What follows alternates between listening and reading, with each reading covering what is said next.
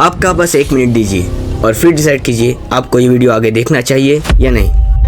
मान लीजिए आपको लाइफ में जिस भी डोमेन में सक्सेस चाहिए वो मिल गई, वो चाहे कुछ बनना हो, कुछ करना हो, किसी के लिए करना हो या बहुत सारा पैसा कमाना हो। जो भी आपके गोल्स है वो पूरे हो गए और आखिर में सक्सेसफुल होने के बाद किसी ने आपसे आकर पूछा कि आपने ये गोल्स कैसे अचीव किए, तो क्या आप उसे ये बताएंगे? इस सवाल का जवाब देने से पहले 3 चीजें कंसिडर कीजिए। फर्स्ट, वो आपका कोई रिश्तेदार या दोस्त नहीं है। सेकंड, वो आपके ही डोमेन में सक्सेस पाना चाहता है तभी तो आपसे पूछ रहा है। थर्ड, आपके पास उसे कुछ बताने के अलावा कोई ऑप्शन नहीं है, तो अब आप उसे क्या कहेंगे? इस सवाल का जवाब आपको अगले 2 मिनट में मिलेगा। Hard work, dedication, skills, time management, consistency etcetera, क्या सिर्फ यही वो चीजें हैं जो किसी को सक्सेसफुल बनाती है? आज दुनिया में कई लोग हैं जो हार्डवर्किंग है, डेडिकेटेड है, स्किलफुल है, तो क्या उन्हें श्योरली सक्सेस मिल जाती है? नहीं। जब भी कोई कुछ हासिल करता है तो उसे पूछने पर वो इन्हीं वर्ड्स को रिपीट करता है, मेहनत, मेहनत और मेहनत। यहाँ दिमाग लगाकर एक बात सोचने वाली है, आखिर एक बिलियनियर या कोई भी और सक्सेसफुल इंसान अपनी सक्सेस का राज किसी टीवी शो में, किसी इंटरव्यू में या किसी भी तरह पब्लिकली क्यों बताएगा? सिंपली सोचे तो वो किसी ऐसे को बताएगा जिस पर उसे विश्वास हो, जिसका उसे फायदा कराना हो या जिससे उसे फायदा हो, और वो आप नहीं है। अगर मान लिया जाए कि सक्सेसफुल होने का सही रास्ता बताने पर भी कोई उन तक नहीं पहुंच पाएगा, तब भी बिना किसी रीजन के कोई अपना कंपटीशन नहीं बढ़ाएगा। मगर ऐसे बड़े स्टेज पर अगर इस सवाल का जवाब वो ना दे तो लोग इसे एक अच्छा जवाब तो बिल्कुल नहीं मानेंगे, जिसका सीधा इम्पैक्ट होगा उनकी रेपुटेशन पर। ये सिचुएशन काफी चैलेंजिंग है बाकी लोगों के लिए, ना कि उनके लिए जो इसका सही इस्तेमाल करना जानते हो। क्योंकि अगर आपको कुछ कहना ही है तो ये कहिए, Passion and perseverance. Study hard, work hard. The hard work. You become good at things through hard work. मेहनत, मेहनत और मेहनत। मेहनत, मेहनत, मेहनत। आखिर ये मेहनत है क्या? और क्या सिर्फ मेहनत करने से कोई लाइफ में सक्सेसफुल हो सकता है? अगर आप भी उन लोगों में से हैं जो इस तरह की सोच रखते हैं कि लाइफ में कोई कुछ भी कर सकता है, बस करने की इच्छा होनी चाहिए, तो यकीन मानिए आपको फेरीटेल से निकलकर प्रैक्टिकल लाइफ में आने की जरूरत है। तो हमें बस आपका कुछ वक्त चाहिए जिसमें हम आपको उन फैक्टर्स को एक्सप्लेन करेंगे जो रियल लाइफ में इन मोटिवेशंस के अलावा किसी इंसान को एक्चुअली सक्सेसफुल बनाने के लिए कंट्रीब्यूट करते हैं, फिर वो चाहे लाइफ के किसी भी डोमेन में हो। बस हम यहाँ 2 बातें क्लियर कर लें। सक्सेस का मतलब हर इंसान के लिए डिफरेंट होता है, पर हम कुछ एक्सेप्शंस को छोड़कर वो पॉइंट्स डिस्कस करेंगे जो ज्यादातर लोगों पर लागू होते हैं। और इस एक्सप्लेनेशन में हम सभी रियल लाइफ चैलेंजेस को समझेंगे जो शायद थोड़ा डिमोटिवेटिंग हो सकता है, पर एट द एंड हम उसके सॉल्यूशन पर भी जरूर डिस्कस करेंगे। तो चलिए शुरू करते हैं और समझते हैं द साइकोलॉजी ऑफ सक्सेस को।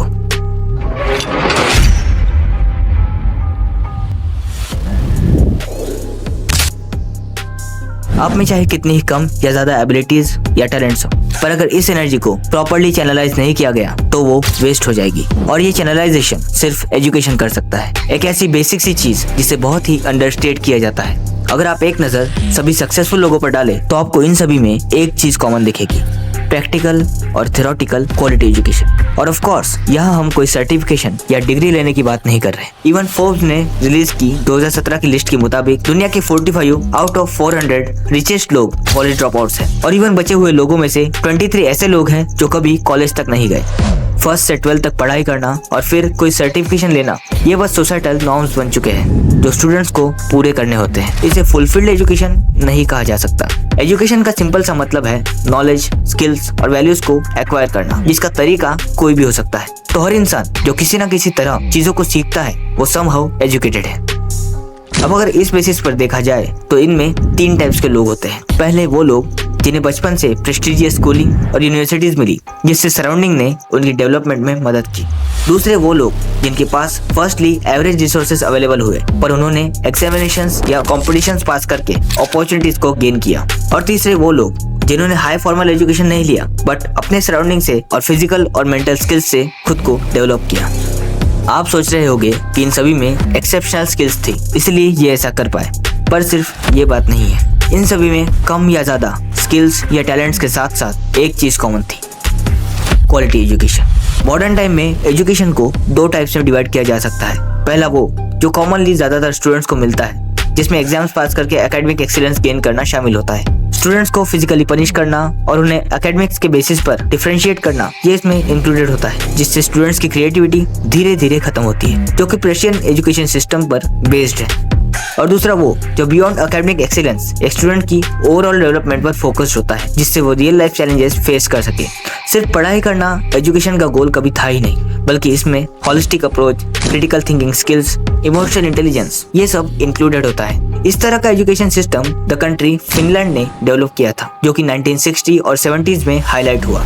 फिनलैंड एजुकेशन सिस्टम का सोल पर्पस पर्सनल एबिलिटीज को डेवलप करना था और उसे उस पर्टिकुलर चीज में इंटेलिजेंट बनाना था।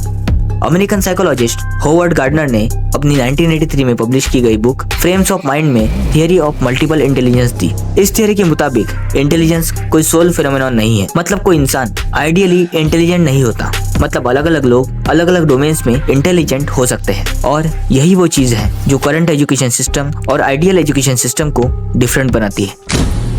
करंटली क्वालिटी एजुकेशन जो इंडिविजुअल इंटेलिजेंस को बढ़ावा देता है, वो सिर्फ अच्छे स्कूल्स में दिया जाता है और किस्मत से ही किसी अच्छे टीचर की वजह से लोकल स्कूल्स के स्टूडेंट्स तक पहुंच पाता है। अब शायद आपके मन में एक सवाल आ सकता है, अगर क्वालिटी एजुकेशन एक स्टूडेंट को इतना ही अच्छे से डेवलप कर सकता है तो ये सबको अवेलेबल क्यों नहीं कराया जाता? मॉडर्न एजुकेशन सिस्टम के बारे में आपने कई वीडियोस में अच्छे से जान लिया होगा। ये बनाया इसलिए गया था ताकि वो धीरे धीरे आपकी क्रिएटिविटी को सप्रेस करे और आपको एक ओबीडिएंट इंसान में बदले, जो कि फौज के लिए सोल्जर्स को और इंडस्ट्रीज के लिए वर्कफोर्स तैयार करने के लिए था। यहाँ हमें एक कंसेप्ट को समझना चाहिए, न्यूरोप्लास्टिसिटी। ये हमारे ब्रेन की वो एबिलिटी होती है जिससे वो अलग अलग सिचुएशंस में खुद को अडेप्ट करता है। अगर सभी लोगों को क्वालिटी एजुकेशन मिलेगा, वो भी लो कॉस्ट पे, तो वो खुद को बहुत ही डेवलप करेंगे और जो लोग पहले से ऊपर हैं उन्हें कंपटीशन देंगे। इस बात का कई सुपीरियर्स को डर था, इसीलिए हमारे ब्रेन की अडेप्शन की इस एबिलिटी का यूज करने के लिए बचपन से ही स्टूडेंट्स को इस सिस्टम में रखा गया, जहाँ जितना बताया जाए उतना ही करना जरूरी था। फिजिकल पनिशमेंट्स को एब्सोल्युटली सही माना जाता, जिससे उनका माइंड धीरे धीरे खुद से कुछ करने की सोच ही बंद कर दे। ऐसे में अगर आप खुद से कुछ करना भी चाहे तो आपका ब्रेन उसमें आपकी मदद नहीं कर पाएगा। आखिर में किसी तरह पैसे कमाने के लिए जब आप एक जॉब करते हैं तो अननोइंगली एक डेली रूटीन में फंस जाते हैं। आप उतना ही करते हैं जितना आपको बताया जाता है, जो आपकी माइंड की कंडीशन को और भी वर्स बना देता है। आप सोचते हैं कि आपने पढ़ाई अच्छे से नहीं की, आपने मेहनत नहीं की, तो मैं इतनी मेहनत करूंगा कि मेरी फैमिली को ये ना भुगतना पड़े, जैसे आपके पेरेंट्स ने आपके लिए डिसाइड किया था। ये साइकिल कंटिन्यूस चलती रहती है और इस तरह एक सिग्निफिकेंट परसेंटेज ऑफ पॉपुलेशन एक मंथली इनकम के लिए डायरेक्टली या इनडायरेक्टली किसी और के लिए काम करती है।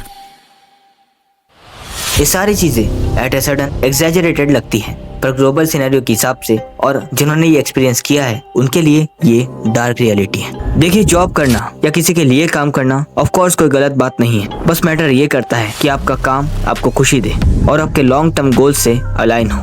हम एजुकेशन से जॉब्स के टॉपिक पर इसलिए शिफ्ट हुए क्योंकि एट द फर्स्ट प्लेस ये इम्प्रॉपर एजुकेशन सिस्टम ही है जो आपकी उस तरह डेवलपमेंट नहीं होने देता जिस तरह होनी चाहिए। इसके अपोजिट ये 3 तरीके के लोग क्वालिटी एजुकेशन गेन कर पाते हैं, जिससे उनकी ओवरऑल डेवलपमेंट होती है। और इस तरह सभी सक्सेसफुल लोगों में क्वालिटी एजुकेशन सबसे पहला फैक्टर होता है जो उन्हें बाकी लोगों से अलग करता है।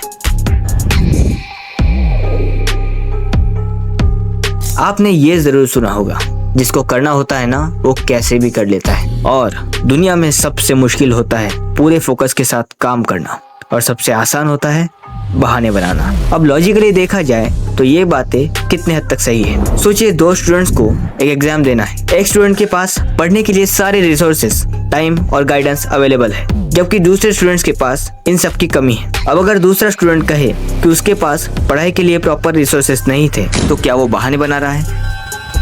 हम इस बात से इनकार नहीं कर सकते कि ज्यादातर लोग जो किसी फील्ड में सक्सेसफुल होते हैं उनके पास कोई ना कोई प्रिविलेजेस ऑलरेडी होते हैं, जिससे सबको इक्वल अपॉर्चुनिटीज नहीं मिलती, या फिर जो प्रिविलेजेस मौजूद होते हैं वो हमारे गोल्स के साथ अलाइन ही नहीं करते। अब्राहम मैस्लो ने दी गई हायरार्ची ऑफ नीड्स के मुताबिक इंसान की एक टेंडेंसी होती है जिससे वो अपनी नीड्स को एक असेंडिंग ऑर्डर में पूरा करता है, और वो ऑर्डर इस तरह है। जब किसी इंसान को बेसिक रिसोर्सेस और सपोर्टिव एनवायरनमेंट मिलता है तो उसकी सबसे बेसिक 2 फिजियोलॉजिकल और सेफ्टी नीड्स पूरी हो जाती है, जिससे वो डायरेक्टली 3rd और 4th लेवल नीड्स पर फोकस कर पाता है। वहीं जिन्हें ये अवेलेबल नहीं होता उन्हें पहले ये नीड्स स्टार्टिंग से अचीव करनी होती है। तो क्या जिनके पास रिसोर्सेस और अपॉर्चुनिटीज मौजूद नहीं है उन्हें आर्गुमेंट्स करनी चाहिए? नहीं। और वैसे तो कई लोग हैं जो प्रॉपर सराउंडिंग के ना होने पर भी आगे बढ़ते हैं, तो फिर इसका रीजन क्या है? तो यहाँ बात है ऑप्टिमिस्टिक यूज की। कि आपके पास जितने रिसोर्सेज और अपॉर्चुनिटीज अवेलेबल है उसका सबसे बेहतर इस्तेमाल क्या हो सकता है। इसे हम फर्दर थर्ड पॉइंट में डिस्कस करेंगे। अब ये तो बात हो गई फिजिकल रिसोर्सेज की, जिसे आप अच्छे से समझ गए हो, पर इसके अलावा भी इमोशनल सपोर्ट एक इम्पोर्टेंट रोल निभाता है। 1968 में रिसर्चर्स रॉबर्ट रोजेंथल और लेनॉर्ड जैकॉब्सन ने कैलिफोर्निया के एक एलिमेंट्री स्कूल को चुना, जहां 650 स्टूडेंट्स और 18 टीचर्स पर एक स्टडी कंडक्ट की गई। एकेडमिक ईयर के स्टार्टिंग में एक IQ टेस्ट लिया गया, जिसके रिजल्ट्स ना स्टूडेंट्स को बताए गए और ना ही टीचर्स को। अब हर टीचर को कुछ स्टूडेंट्स का एक ग्रुप दिया गया, जिसमें रैंडमली हर ग्रुप के 20% स्टूडेंट्स को चुना गया और सभी टीचर्स और स्टूडेंट्स को ये कहा गया कि इन 20% स्टूडेंट्स ने IQ टेस्ट में अच्छा परफॉर्म किया है और उनमें काफ़ी पोटेंशियल भी है। अब वैसे तो इस एक्सपेरिमेंट के एक्चुअल मोटो से टीचर्स और स्टूडेंट्स दोनों अनअवेयर थे, पर रिसर्चर्स ने ऑब्जर्व किया कि जिन रैंडम स्टूडेंट्स को उन्होंने चूज किया था और सभी के सामने अप्रिशिएट किया, स्पेसिफिकली वही टीचर्स के साथ इंटरेक्शंस कर रहे थे और इसी के साथ साथ उनके बिहेवियर में भी चेंजेस आए। ओवरऑल कहे तो वैसे तो ये रैंडम स्टूडेंट्स थे, पर एक्सपेक्टेशंस और प्रेस की वजह से उनका परफॉर्मेंस बढ़ने लगा। अब इसी तरह ये सब अगले 8 महीने जारी रहा, जिसके बाद एक और IQ टेस्ट लिया गया, जिसके रिजल्ट्स काफ़ी कमाल के थे। सभी स्टूडेंट्स जिन्हें प्रेस किया गया और उनसे एक्सपेक्ट किया गया कि वो प्रोग्रेस करेंगे, उन्होंने आउट परफॉर्म किया और बहुत ही अच्छे स्कोर्स लाए, जो लगभग सेम था सारे ग्रुप्स में। इसे कहते हैं द पिग्मलियन इफेक्ट। जब किसी इंसान से उसके लिए कोई रिस्पेक्टफुल या इम्पोर्टेंट इंसान एक्सपेक्टेशंस रखता है, तो वो उस तरह वो काम करने की कोशिश करता है। बट वही इसका वाइस वर्सा भी उतना ही सच है। अब सोचिए कितनी अमेजिंग सी और थॉटफुल बात है। एक बच्चे के लिए उसके लाइफ में जो भी इंसान इम्पोर्टेंस रखता है, वो इंसान किस तरह उसे ट्रीट करता है, ये बात उसके डेवलपमेंट के लिए बहुत मैटर करती है। फैमिली और सोसाइटी किसी इंडिविजुअल से किस तरह के और किस हद तक पॉजिटिव या नेगेटिव एक्सपेक्टेशंस रखते हैं, वो उनके फ्यूचर एक्शंस को हाईली अफेक्ट करता है। बट वेट, तब भी इसका ये मतलब नहीं कि किसी को प्रेस करने से उनका परफॉर्मेंस बढ़ेगा ही। आप चाहे एक पेरेंट है या एक स्टूडेंट, आपको ये इंपॉर्टेंट बात जानना जरूरी है। कैरोल ड्वेक, जिनके बारे में हम थर्ड पॉइंट में जानेंगे, उन्होंने 1998 में एक रिसर्च पेपर सबमिट किया, जिसमें उन्होंने the famous press theory explain की थी। इसे शॉर्ट में समझते हैं। तो प्रेस थियरी के मुताबिक जब भी किसी इंसान को उसके इंटेलिजेंस या इननेट क्वालिटीज के लिए प्रेस किया जाता है, तो उन्हें लगता है कि वो काम आसानी से किया जा सकता है, जिससे वो आलसी बन जाते हैं। वही अगर आप किसी इंसान को उसके एफर्ट्स के लिए प्रेस करते हैं, तो उसका परफॉर्मेंस बढ़ता है। और यही एक डिफरेंस है कि प्रेस करने से कोई मेहनती बनता है या कोई आलसी, जो डायरेक्टली उसके सराउंडिंग पर ही डिपेंड करता है। कैनेडियन जर्नलिस्ट मैल्कॉम गॉडवेल, जो सोशल साइकोलॉजी पर लिखते हैं, वो अपनी बुक्स में सक्सेसफुल लोगों पर कई बार आर्ग्यूमेंट्स करते हैं और उन कुछ फैक्टर्स को भी डिस्कस करते हैं जो इस सक्सेस को कंट्रीब्यूट करते हैं। वो कहते हैं कि सक्सेसफुल लोग बेनिफिट करते हैं कुछ हिडन एडवांटेजेस से, जिसमें एडवांटेजेस रिलेट करते हैं बॉर्न टैलेंट्स, रिसोर्सेज और अपॉर्चुनिटीज से। उनकी एक बेस्ट सेलर आउटलायर्स की एक लाइन कहती है, success is not just about talent और hard work, it's about where you come from, what you have been through and who helps you along the way. Virgin group के co-founder Richard Branson अपनी autobiography में specially अपने parents को thank करते हैं कि कैसे रिचर्ड के एफर्ट्स को उनके पेरेंट्स द्वारा इंकरेजमेंट मिलने ने उन्हें खुद के पैरों पर खड़े होने में और रिस्क लेने में मदद की। बिल गेट्स की पूरी स्टोरी जानने पर पता चलता है कि कैसे उनका डेवलप्ड स्कूल और सिटी में बड़ा होना, जहां एडवांस टेक्नोलॉजी अवेलेबल हुई, और अपने पेरेंट्स की वजह से प्रोफेशनल नेटवर्क्स होना उनके लिए काफी हेल्पफुल साबित हुआ। आपका कल्चर, फैमिली और सोशियो इकोनॉमिक बैकग्राउंड आपको कुछ अपॉर्चुनिटीज, रिसोर्सेज और सपोर्ट से अवेलेबल कराता है। अब हर किसी के पास अलग अलग सराउंडिंग मौजूद है, पर हर एक चीज के प्रोज और कॉन्स होते हैं। तो सबसे सही तरीका होगा आपके पर्टिकुलर सराउंडिंग का आपके मुताबिक ऑप्टिमिस्टिक यूज करना। इस सब से आपको एक बेसिक सिनेरियो समझ सकता है कि कैसे सराउंडिंग सक्सेसफुल होने में एक बड़ा रोल प्ले करती है। और ये था सेकंड फैक्टर जो किसी की सक्सेस के लिए कंट्रीब्यूट करता है। अब तक जो 2 पॉइंट्स हमने डिस्कस किए वो एक्सटर्नल फैक्टर्स हैं, जिन पर डायरेक्टली आपका कंट्रोल नहीं होता। बचपन से क्वालिटी एजुकेशन, प्रॉपर सराउंडिंग शायद आपको मिल सकता है या नहीं, पर ये अगला फैक्टर डायरेक्टली किसी इंडिविजुअल पर डिपेंड करता है और जिसे आप बदलने की सबसे ज्यादा कोशिश करते हैं। Third, intrinsic attributes. भले ही आपके पास क्वालिटी एजुकेशन और रिसोर्सेज और अपॉर्चुनिटीज पूरी तरह अवेलेबल हो, फिर भी एट द एंड आपके एक्शंस आपके खुद के ऊपर ही डिपेंड करेंगे। इसमें इंक्लूड होता है, पहला, आपका पर्सपेक्टिव, जिससे आप इन रिसोर्सेज को देखते हैं और यूज करते हैं। दूसरा आपकी फिजिकल और मेंटल जेनेटिक्स, जिससे आप दुनिया को और दुनिया आपको परस्यू करती है। और तीसरा आपकी सक्सेस पाने का रीजन, कि आप किस हद तक कोई चीज पाना चाहते हैं। इन सभी को कलेक्टिवली इंट्रिंसिक एट्रीब्यूट्स कहा जाता है। देखिए, ये चीजें वो है जो हर इंडिविजुअल के लिए वैरी करती है। पर अगर आप सोचते हैं कि ये चीजें तो किसी में जेनेटिकली आती है या बचपन से होती है, तो ये पूरी तरह सही नहीं है। कैरोल डवेक स्टैनफोर्ड यूनिवर्सिटी में एक साइकोलॉजी प्रोफेसर है। उन्होंने 1990 से 2000 तक चाइल्ड साइकोलॉजी पर कई स्टडीज की और अपनी book mindset the new psychology of success में एक इम्पोर्टेंट बात बताई। स्टूडेंट्स के माइंडसेट्स दो तरीके के होते हैं, एक ग्रोथ माइंडसेट जो नॉलेज को वास्ट या इनफाइनाइट मानता है, और दूसरा फिक्स्ड माइंडसेट जो नॉलेज को पर्टिकुलर मानता है। और कैरोल डवेक ने इन दोनों के डिफरेंट होने के पीछे एक रीजन बताया, बिलीफ। जब भी माइंड में आइडिया जनरेट होता है तो ग्रोथ माइंडसेट वाले लोग खुद पर एक बिलीफ रखते हैं कि वो कोई चीज कर सकते हैं। अब एट द फर्स्ट टाइम वो चीज उनके लिए मुश्किल या बहुत ज्यादा मुश्किल हो सकती है, पर उनका बिलीफ जो इवन इफ झूठ भी हो उन्हें ड्राइव करता है वो चीज पाने में। अगर आप स्ट्रांगली कोई रियलिस्टिक चीज, भले ही वो मुश्किल हो, एक्सपेक्ट करते हैं कि वैसा किया जा सकता है, तो आपके पास उस काम को करने का एक रास्ता अवेलेबल हो जाएगा। और एक्चुअली इसी को कहा जाता है जहाँ चाह वहाँ राह। If you can imagine something you can achieve something. और ये one of the main reasons है कि कुछ लोग अनबिलीवेबल चीजें भी हासिल कर देते हैं।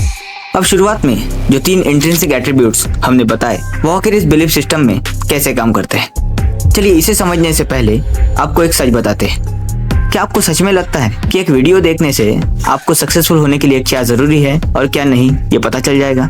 ऑब्वियस सी बात है, नहीं। आपके माइंड ने ये वीडियो सिर्फ मजे के लिए देखा, पर इससे आपको किसी भी तरह का फायदा नहीं होगा। आप चाहे कितना भी कर ले, पर नेचर ने जो आपको दिया है उससे आप बदल नहीं सकते। और ये बिल्कुल सच है।